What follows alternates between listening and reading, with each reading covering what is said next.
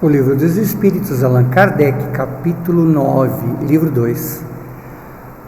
Intervenção dos espíritos no mundo corpóreo.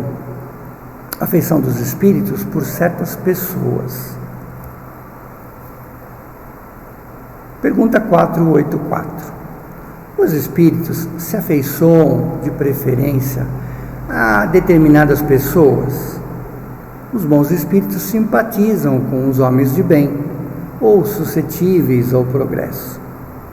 Os espíritos inferiores com os homens viciosos ou que podem viciar-se. Daí o seu apego, resultado da similitude de sensações.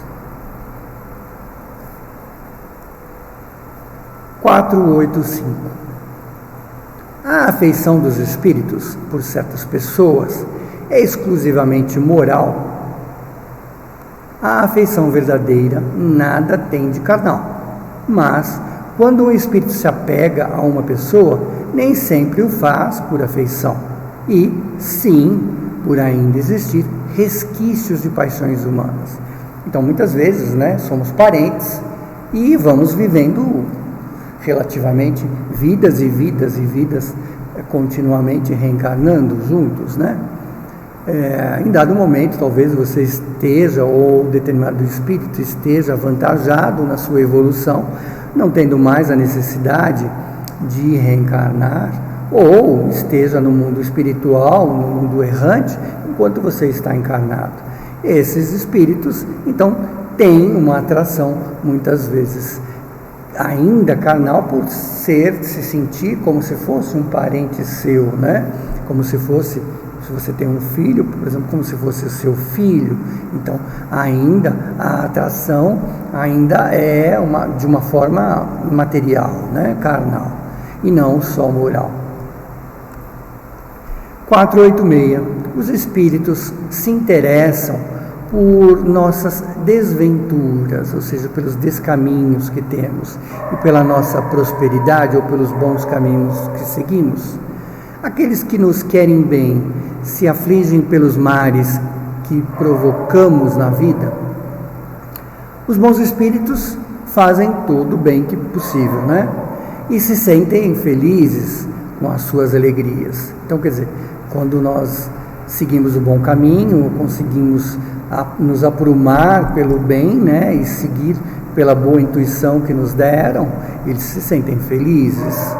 Afligem-se, obviamente, pelos seus males quando não os suportam com resignação, porque esses males, não lhes dão resultados, pois é como o doente que rejeita o remédio amargo que deve curá-lo. Então, muitas vezes você não aceita uma doença que lhe acomete, porque você às vezes está resgatando, nesta vida, alguma coisa que você tenha feito no passado, mas você não aceita, mas isso é para o seu bem, e às vezes os bons espíritos se afligem por isso, obviamente,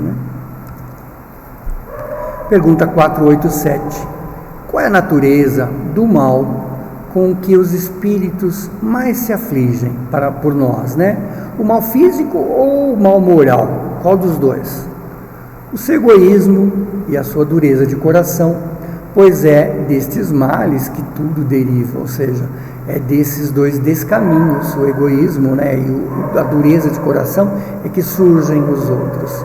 Eles se riem de todos esses males imaginários, que nascem do orgulho, da ambição, e se rejubilam com que os que têm por finalidade abreviar o seu tempo de provas, Os espíritos, sabendo que a vida corporal é apenas transitória, momentânea, e que as adversidades que acompanham são os meios de condução a um estado melhor, afligem-se mais pelas causas morais, que podem distanciar-nos desse estado do que pelos males físicos, que não são apenas passageiros. Os espíritos pouco se importam com os males que afetam apenas as nossas ideias mundanas, tal como os sofrimentos infantis, pueris, da nossa infância. Os espíritos que vê nas aflições da vida um meio de adiantamento para nós, considera-as como a crise momentânea que deve salvar o doente. Ou seja, aquilo apenas um obstáculo momentâneo para que você possa galgar um lugar melhor. Compadece-se de nossos sofrimentos, como nos compadecemos de um amigo, às vezes de um filho, mas veem as coisas sob um ângulo mais justo, acima do que a gente enxerga, apreciando-as de maneira diversa da nossa.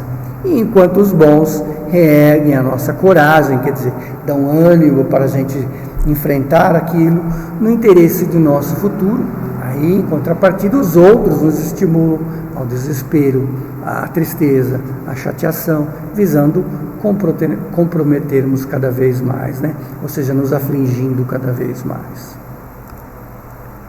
488.